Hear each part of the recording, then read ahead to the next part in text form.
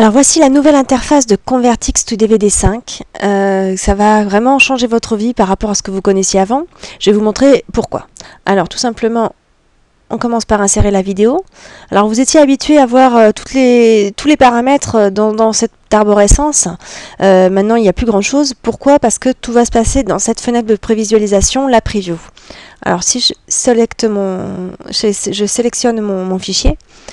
Maintenant, la première chose très importante, c'est qu'on va pouvoir visionner la vidéo avant de la convertir, c'est-à-dire s'assurer que le fichier original est en bon état, qu'il ne manque pas la fin ou quoi que ce soit, que vous êtes d'abord content avec l'original avant même de le convertir. Alors, hop, voilà.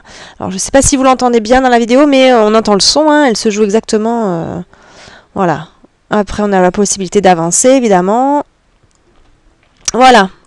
Donc, une première chose très importante qui devrait quand même bien aider les utilisateurs. Alors ensuite, les options maintenant se trouvent toutes ici en dessous de cette fenêtre principale. Alors, on va commencer par l'audio. On peut rajouter comme avant des fichiers audio. Et puis, on va pouvoir aussi faire des modifications, appliquer ses préférences. Bon, alors pour l'instant, vous voyez que tout est en anglais, mais il n'y a pas de souci, hein, tout sera traduit en français très bientôt. Voilà, alors la même chose pour les sous-titres, possibilité d'ajouter plusieurs fichiers de sous-titres. Et la nouveauté, c'est qu'ils vont s'afficher dans la preview.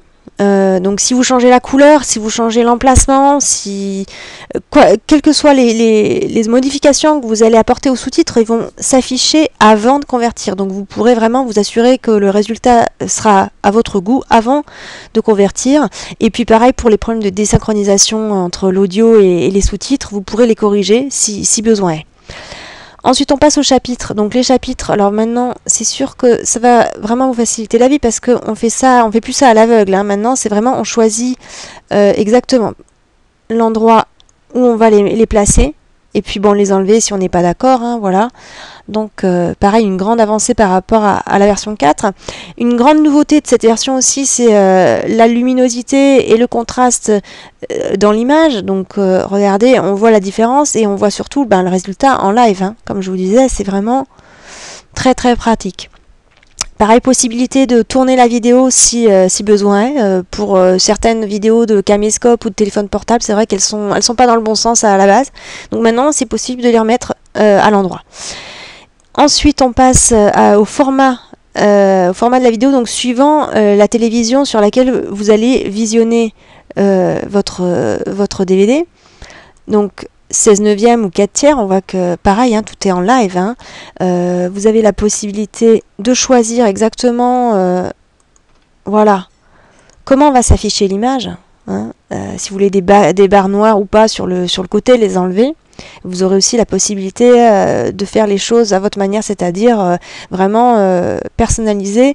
Et pareil, les choses vont s'affichent en live, hein, comme vous voyez dans la preview. Ensuite, on passe à l'option pour enlever des morceaux de vidéo, découper les morceaux que vous ne voulez pas. Alors ça, j'ai déjà fait une vidéo de démo là-dessus, donc je vous invite à aller regarder cette vidéo sur YouTube pour qu'il vous expliquera exactement comment ça marche. Et puis la dernière option qu'on connaît déjà pour joindre des fichiers entre eux pour n'obtenir qu'un seul grand fichier quand on a plusieurs petits morceaux de vidéo. Voilà, donc ça c'est vraiment un aperçu rapide hein, de la nouvelle interface du logiciel qui j'espère non seulement vous plaira mais surtout va vraiment vous changer la vie pour convertir vos vidéos. Voilà, merci.